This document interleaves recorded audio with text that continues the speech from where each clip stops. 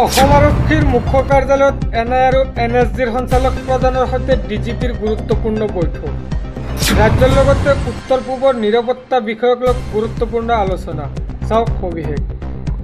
অসমত এনআই আৰু এনএছজিৰ সঞ্চালক প্ৰধান। অসম আৰক্ষীৰ মুখ্য কাৰ্যালয়ত গুৰুত্বপূৰ্ণ বৈঠক। ৰাজ্যৰ লগতে উত্তৰ পূবৰ নিৰাপত্তা বিষয়ক লৈ গুৰুত্বপূৰ্ণ আলোচনা। আলফা স্বাধীনৰ সন্ত্ৰাসবাদী সংগঠনৰ উত্থান কাৰ্যকলাপ সন্দৰ্ভত আলোচনা। অসম আৰক্ষীৰ ডিজিপি হৰমিত সিঙৰ সৈতে বৈঠকত দুয়ো শীৰ্ষ বিষয়া। পৰৱৰ্তী খবৰ। হিমন্ত বিশ্ব শৰ্মা ৰঞ্জিত দাস বিজেপিত থকালৈকে একো কৰিব নোৱাৰে হিন্দু বাঙালী। ডিবুত থকা হিন্দু বাঙালীক লৈ মন্ত্ৰী ৰঞ্জিত দাসৰ ডাঙৰ মন্তব্য। চাওক বিস্তাৰিত। ডিবুত থকা হিন্দু বাঙালীক লৈ মন্ত্ৰী ৰঞ্জিত দাসৰ বিস্ফোৰক মন্তব্য। নৰেন্দ্ৰ মোদীত থকালৈকে ডি ভোটাৰ হিন্দু বাঙালীৰ নৌ মেডেলো লৰাব নোৱাৰে। হিমন্ত বিশ্ব শৰ্মা ৰঞ্জিত দাস বিজেপিত থকালৈকে একো কৰিব নোৱাৰে হিন্দু বাঙালী। হিন্দু বাঙালীৰ ডি ভোটাৰক অসমৰ পৰা বিতৰণ কৰা দূৰৰে কথা।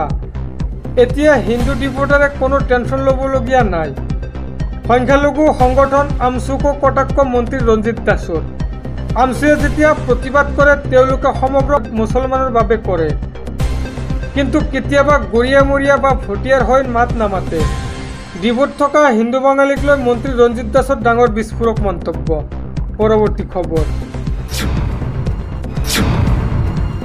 প্ৰমোদ বড়োৰ কাৰ্যকালত দুৰ্নীতিৰ পাহাৰ। 5 বছৰে সম্পূৰ্ণ নহ'ল প্ৰায় 100তকৈও অধিক প্ৰধানমন্ত্ৰী আৱাস গৃহ। বিটিচি নিৰ্বাচনৰ প্ৰাক্ষণত জনতাৰ ক্ষোভ। চাওক বিস্তাৰিত। বিটিচিৰ নিৰ্বাচনী গৰম বতাহৰ মাজতে এটা ডাঙৰ খবৰ। দুৰ্নীতি নিৰ্মূলৰ আশ্বাসেৰে গাদী দখল কৰা প্ৰমোদ বড়োৰ কাৰ্যকালত দুৰ্নীতিৰ পাহাৰ। নিৰ্বাচনী প্ৰচাৰৰ মাজতে ওদালগুৰিৰ ৰৌতাত জনতাৰ ক্ষোভ।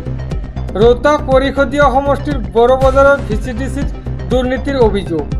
ইউপিপিএলৰ প্ৰাৰ্থী নীলোৎ স্বৰ্গীয়াৰীৰ সমষ্টিত বঙালীগাঁৱত অসম্পূৰ্ণ PMৰ ৱাৰ ঘৰ। 5 বছৰে সম্পূৰ্ণ নহ'ল প্ৰায় 100তকৈও অধিক প্ৰধানমন্ত্ৰী আৱাস গৃহ। MCLA নীলোৎ স্বৰ্গীয়াৰীৰ ঘনিষ্ঠ অধ্যক্ষ সদস্যই কৌশলেৰে ধন মোকলাই নিয়াৰো অভিযোগ। পূৰ্বৰ পাৰিষদ বৰ্তমানৰ প্ৰাৰ্থী নীলোৎ স্বৰ্গীয়াৰীয়ে জনতাৰ অভিযোগক নিদিয়ে গুৰুত্ব। ইউপিপিএল দলে নীলোৎ স্বৰ্গীয়াৰীক প্ৰাৰ্থিত্ব প্ৰদানক লৈ ক্ষোভ ৰাইজৰ। নিৰ্বাচনত ইউপিপিএলৰ প্ৰাৰ্থী নীলোৎ স্বৰ্গীয়াৰীক এসেকা দিয়াৰো হুংকাৰ ভুক্তভোগী। পৰৱৰ্তী খবৰ। 12 ঘণ্টীয়া বন্ধৰ মাজতে শ্ৰীভূমিত ভয়ংকৰ ঘটনা। আৰক্ষীৰ সন্মুখতে বন্ধ সমৰ্থক আৰু আন একাংশৰ মাজত খণ্ডযুদ্ধ। চাওক সবিশেষ। 12 ঘণ্টীয়া বন্ধৰ সময়তে শ্ৰীভূমি জিলাত তীব্ৰ উত্তেজনা। বন্ধ সমৰ্থকৰে একাংশ লোকৰ মাজত হাতাহাতি ঘটনা। কৰিমগঞ্জৰ পৰিৱৰ্তে জিলাৰ নাম শ্ৰীভূমি কৰাৰ বিৰোধিতাৰে প্ৰতিবাদ। 12 ঘণ্টীয়া বন্ধৰ আহ্বানেৰে প্ৰতিবাদ সাব্যস্ত স্থানীয় দল সংগঠনৰ। বন্ধৰ সমৰ্থনত ওলাই অহা লোকৰ ওপৰত দলবদ্ধ আক্ৰমণ। শ্ৰীভূমিৰ ডাকঘৰৰ সমীপথত মাৰপিটত কেইবাজনো আহত। কেইবাটাও দল সংগঠনে আহ্বান জনাইছে 12 ঘণ্টীয়া বন্ধৰ। সাম্প্ৰদায়িক সংঘৰ্ষৰ আকাংক্ষাত ইতিমধ্যে কঠোৰ হৈছে আৰক্ষী প্ৰশাসন। BNSSৰ অধীনত প্ৰশাসনৰ তৰফৰ পৰা জাৰি কৰা হৈছে 163 ধাৰা। কঠোৰ নিষেধাজ্ঞাৰ পিছতো চৰকাৰৰ সিদ্ধান্তৰ বিৰুদ্ধে প্ৰতিবাদ। পৰৱৰ্তী খবৰ। ঘোষণা কৰা হ'ল ৰাজ্যৰ 5খনকৈ জিলাৰ স্থানীয় বন্ধ। 5 ছেপ্টেম্বৰৰ দিনা জিলাকেইখনত বন্ধ থাকিব সকলো চৰকাৰী বেচৰকাৰী কাৰ্যালয়, শিক্ষানুষ্ঠান তথা ব্যৱসায়িক প্ৰতিষ্ঠানো। জানি লওক বিস্তাৰিত। 22 ছেপ্টেম্বৰত ৰাজ্যৰ 5খনকৈ জিলাত স্থানীয় বন্ধৰ ঘোষণা। বন্ধ থাকিব চৰকাৰী বেচৰকাৰী কাৰ্যালয়, শিক্ষানুষ্ঠান ব্যৱসায়িক প্ৰতিষ্ঠানো। নিগচিয়েবল ইনষ্ট্ৰুমেণ্টছ NI এক্টৰ অধীনত বন্ধৰ ঘোষণা। ৰাজ্যৰ কোনকেইখন জিলাত ঘোষণা কৰা হ'ল বন্ধৰ জানি লওক সবিশেষ। কোকৰাঝাৰ, চিৰাং, ওদালগুৰি, বাক্সা, তামুলপুৰ জিলাত বন্ধৰ ঘোষণা। BTR নিৰ্বাচনৰ বাবে জিলাকেইখনত ঘোষণা কৰা হৈছে স্থানীয় বন্ধৰ। 22 ছেপ্টেম্বৰৰ পুৱা 7:30 বজাৰ পৰা 4 বজালৈ হ'ব ভোটগ্ৰহণ। পৰৱৰ্তী খবৰ।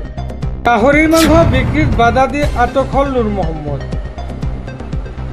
মনোজ দুৱাৰা নামৰ এজন ব্যৱসায়িক ধমক নুৰ মহম্মদৰ। চাওক বিস্তাৰিত।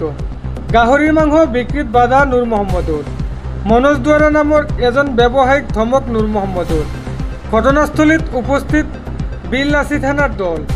শিৱসাগৰৰ হালঙাটিঙত গাহৰিৰ মাংসক কেন্দ্ৰ কৰি উত্তপ্ত পৰিস্থিতি। গাহৰিৰ মাংস বিক্ৰী কৰাৰ বাবে ঘৰলৈ গৈ মনোজ দুৱাৰাক ধমক দিয়াৰো অভিযোগ। হালুঙাটিং ধোপদৰ বঙালী গাড়ীগাঁৱত গাহৰিৰ মাংস বিক্ৰীত বাধা দিছিল নুৰ মহম্মদ যুৱকে। ঘটনাক কেন্দ্ৰ কৰি উত্তপ্ত পৰিস্থিতিৰ সৃষ্টি কৰে আটাচু বিললাচি থানা আৰু অসমীয়া যুৱ মঞ্চই।